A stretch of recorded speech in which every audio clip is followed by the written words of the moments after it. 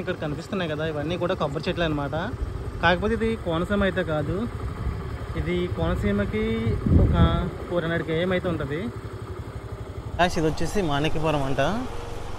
Actually ఇది మనకి ఒరిస్సాకి I think 20 km అయితే ఉంటుంది. 20 km కూడా కాదు, 10 km అయితే ఉంటుంది.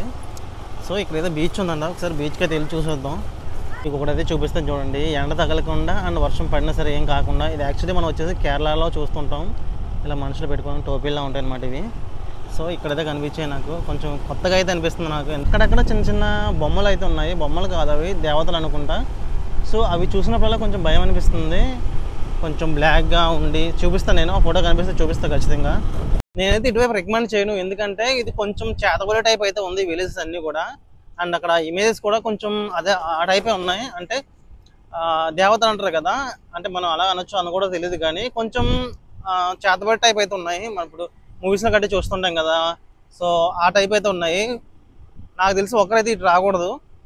సో ఎక్కడ కూడా ఒక్క మనిషి కూడా లేడు. చూపిస్తాను చూడండి. సో ఇక్కడ కనిపిస్తుంది కదా, ఇది వచ్చేసి ఒరియా అనమాట. ఐ థింక్ ఒరియా ఇది.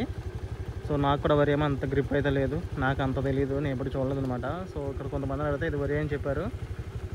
ఫైనల్గా ఒక ఊరు అయితే కనిపించింది. ఇప్పటి వరకు ఏదో యుగానికి ఒక్కళ్ళు ఉన్నట్టు నేను ఒక్కనే తిరుగుతున్నాను అనమాట అటు ఇటుని. సో ఫైనల్లీ ఊరు అయితే కనిపించింది. నాకు తెలిసి ఈ ఊరు దాటిన తర్వాత అనుకుంటా బీచ్.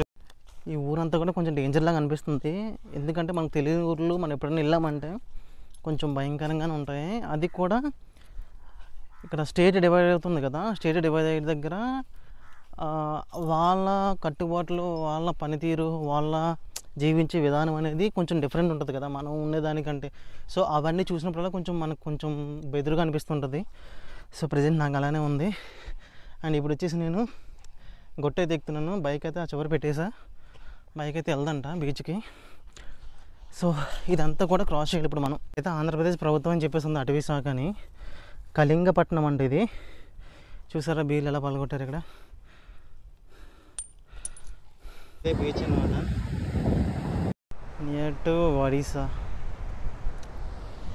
యాక్చువల్లీ ఇక్కడ దసరా కదా, ప్రజెంట్ అయితే ఇక్కడ బలిలో తీస్తున్నారు. సో ఇక్కడ పక్కనే టెంపుల్ ఉందన్నమాట, చూపిస్తాను నేను. కనిపిస్తుందా, ఈ టెంపుల్లో అనమాట ఇస్తున్నారు బలి. వచ్చేసి నాగజముడు బ్రహ్మజముడు అనుకుంటా కదా ఈ మొక్కల పేరు. ఇక్కడ ఒక ఫ్లవర్ అయితే ఉంది, ఇప్పుడిప్పుడే వస్తుంది అనుకుంటా ఫ్రూట్.